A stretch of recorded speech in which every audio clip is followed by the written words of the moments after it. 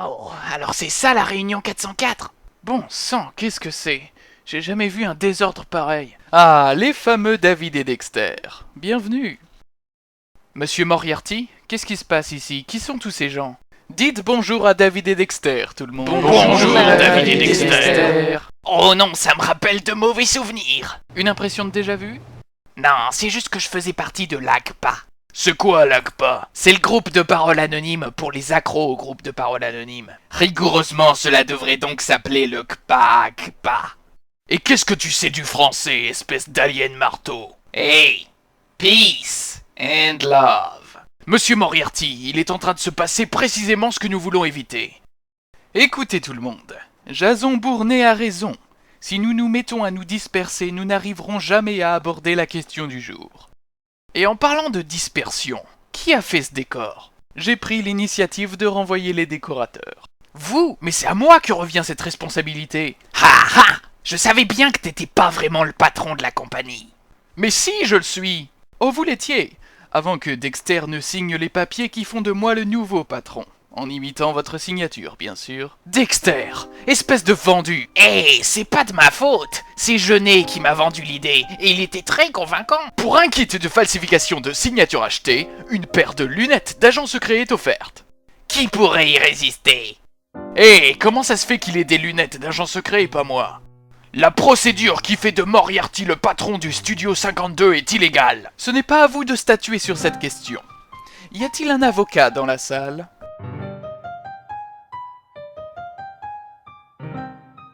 Un juge, peut-être? Non? Moi je suis psy, si jamais vous avez besoin de mon expertise.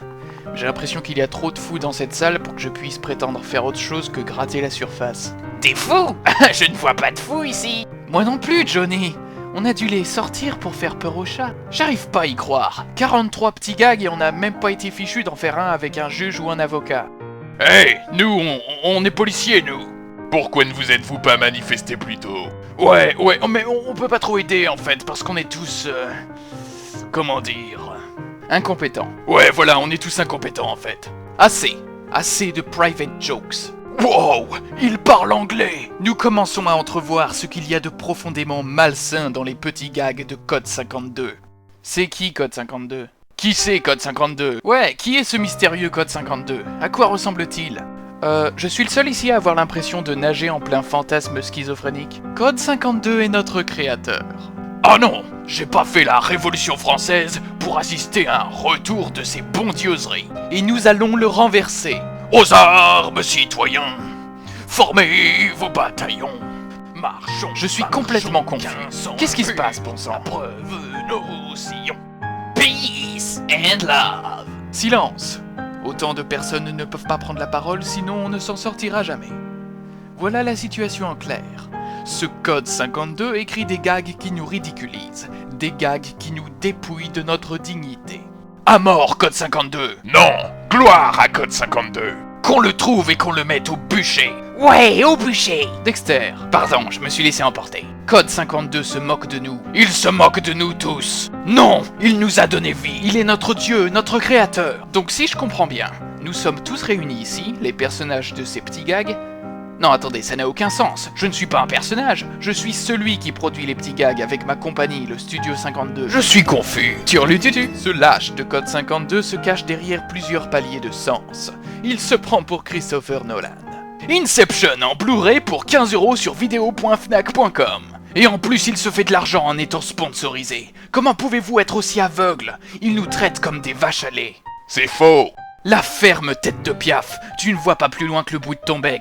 Tu es incapable d'apercevoir les barreaux de ta cage dorée. Ah, elle était bien trouvée celle-là. Ouais, j'avoue.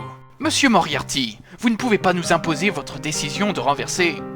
De renverser quoi exactement? Nous allons renverser cette humorocratie. Mais ce n'est pas une décision que je vous impose par la force. Si je vous ai tous réunis ici, c'est pour un vote. Nous sommes désormais en démocratie. Ah, ça me rappelle de bons souvenirs. Une impression de déjà-vu? Code 52 fait des blagues à nos dépens. Réfléchissez. A-t-il ne serait-ce qu'une seule fois fait une blague à notre avantage? Oui, dans Référence culturelle. C'est vrai, grâce à lui j'ai pu pécho! Non, me marier. Me marier. C'est peut-être vrai, mais la liste est longue des personnages qui ont souffert à cause de lui. Moi, par exemple, je voulais être un agent secret, et il m'a abandonné. Et n'oubliez pas tous ceux qui se sont fait poignarder, tirer dessus ou exploser sous prétexte qu'il s'agissait d'une bonne chute. Souvenez-vous, j'ai été abandonné en plein désert à la fin de mon sketch. C'est très vrai. Nous ne pouvons pas prétendre que ce code 52 est juste et bon, simplement parce qu'il nous arrive parfois des choses bien. La majorité de nos vies n'est que souffrance et ridicule. Le mariage heureux de deux personnes ne prouve pas la bonté du code 52. Voyons, mes enfants, les blagues du Seigneur sont impénétrables. Et maintenant, il ose créer de nouveaux personnages pour se défendre. Ou bien juste pour faire une blague qu'il juge intelligente. Ce type semble se prendre pour un dieu. Il est grand temps de se débarrasser de lui. Même si vous votez tous pour faire renverser Code 52, comment comptez-vous vous y prendre concrètement? C'est impossible. Je donne la parole au braqueur d'univers parallèle. Waouh, c'est trop cool comme nom. Je préfère largement ça au Cirque du Soleil ou un truc dans le genre. Bonjour tout le monde. Mon équipe et moi-même avons découvert le pouvoir de l'autodétermination lors de l'utilisation du concept d'univers parallèle au moment clé où nous prenons des décisions. Les bifurcations sont en effet... Peu importe les détails techniques, les braqueurs d'univers parallèles m'ont donné la technologie nécessaire pour construire une machine qui, une fois reliée à un trou noir, ce que j'ai fait grâce à mon vaisseau spatial, permet de plier l'univers dans lequel nous vivons à notre volonté. Mais enfin, c'est de la science-fiction! En bref, c'est à notre tour d'être des dieux. Et nous avons relié cette machine à une autre machine, présente en ce moment même, dans cette salle. Mesdames et messieurs, je vous présente le tout-puissant microphone du libre arbitre. Bouh! Remboursé! Pour un microphone du libre arbitre acheté, un costard est offert. Comment y résister?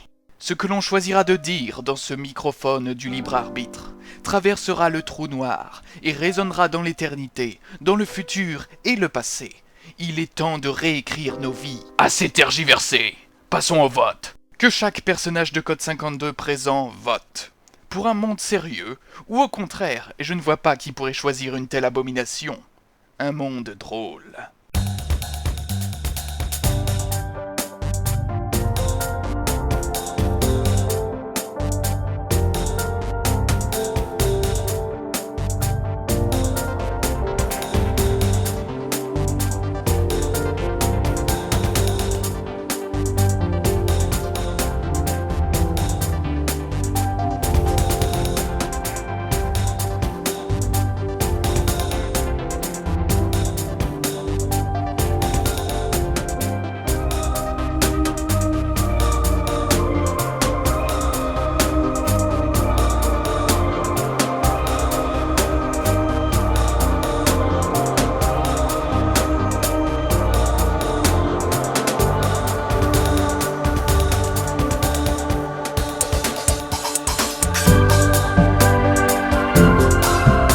David et Dexter, c'est à vous de voter.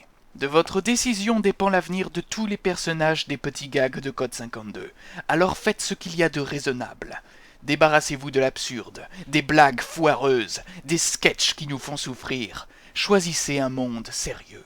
Je vote pour un monde drôle. Oui, mais prenez votre temps pour réfléchir aussi. Pas la peine. Je vote drôle. Drôle, drôle et triple drôle. Plutôt mourir que de vivre dans un monde sans rire. Pas vrai, David? Je ne sais pas, Dexter. David, fais pas l'idiot! C'est toi qui fais l'idiot, Dexter. 24 heures sur 24. Tout ça pour faire rire, sans y arriver. Tu vas jusqu'à en négliger ton travail. David Kardec, ton vote est décisif. Va jusqu'au microphone et contente-toi de dire sérieux, rien d'autre. David, on se marre bien ensemble, non? Non, Dexter. Les blagues nous font plus souffrir qu'autre chose. Je vais aller voter sérieux. Bien, excellent.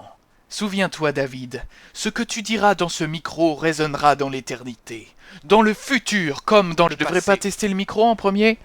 1, 2, 3, papillon, papillon. Bon sang, espèce de crétin dégénéré! Qu'est-ce que tu viens de faire?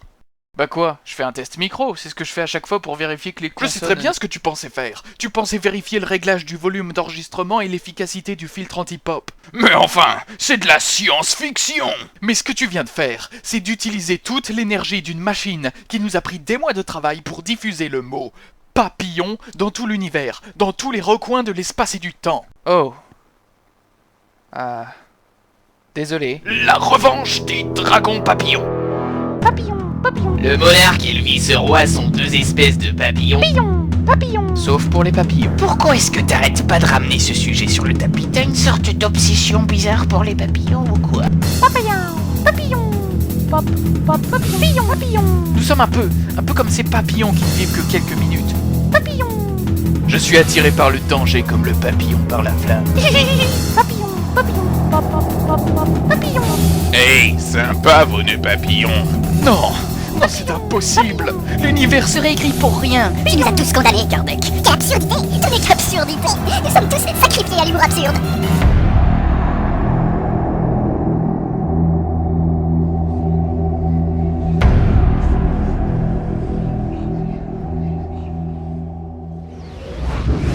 Dexter, je dois avouer que je me suis endormi pendant la réunion 404. Ouais, moi aussi. Oui, bon, toi c'est pas surprenant. Moi par contre... Enfin bref, j'ai fait un rêve étrange. Quel genre de rêve? C'était un rêve bizarre, je ne m'en souviens pas très bien, mais peu importe. Je me suis rendu compte d'un truc. De quoi donc? Je suis devenu trop sérieux. C'est vrai quoi, toi tu fais des jeux de mots, des blagues, t'as l'air de t'amuser, mais moi... Ça fait longtemps que je n'ai pas ri. Je me prends trop au sérieux. Je me suis perdu en chemin, tu vois. Ouais, j'ai légèrement, un peu, beaucoup remarqué ça. J'ai pris une résolution. À partir de maintenant, je ferai tout pour m'amuser. Plus de déprime, moins de travail, disons. Hey, tu sais, il paraît qu'il y a un bar qui vient d'ouvrir en ville. Ça te dit d'y aller avec moi après le travail? Non. Ouais, je me disais aussi, c'était trop beau pour être vrai. Non, je veux dire, j'ai envie d'y aller pendant le travail. Quoi? Là, tout de suite, maintenant. Oh mon Dieu! Donc tu admets être de nouveau mon ami? Oui. Et est-ce que tu admets qu'il est possible de voir les flashbacks des autres? Non. Bon, d'accord, n'allons pas trop vite, ça prendra du temps. Butterfly, nous voilà! Butterfly. C'est le nom du bar qui vient d'ouvrir en ville. C'est pas mal comme nom. Ouais, ça ne présage que du bon. Doubidou bidou bidou bidou bidou wa.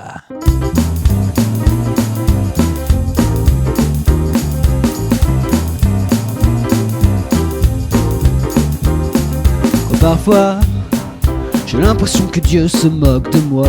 Pourquoi moi? Pourquoi moi? J'en ai ras les bongos d'être le bouffon du roi. Peau de banane, peau de banane. Un petit oiseau m'a dit que d'humour il n'y avait plus. Je sais pas ce que ça veut dire, mais ça me fait rire. Parfois ça n'a pas de sens, mais ça ne fait pas de différence. Oublions l'oiseau moqueur, il nous fait peur.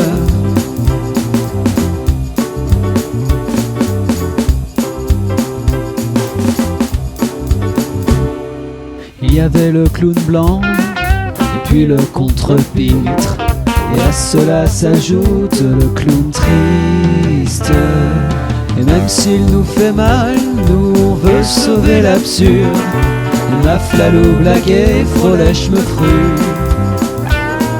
Mais on est obligé, oui, métaphoriquement, d'avaler des sabres pour divertir les gens. Mais au fond, mon ami, ce n'est pas grave. Le paradis est pavé de mauvaises blagues.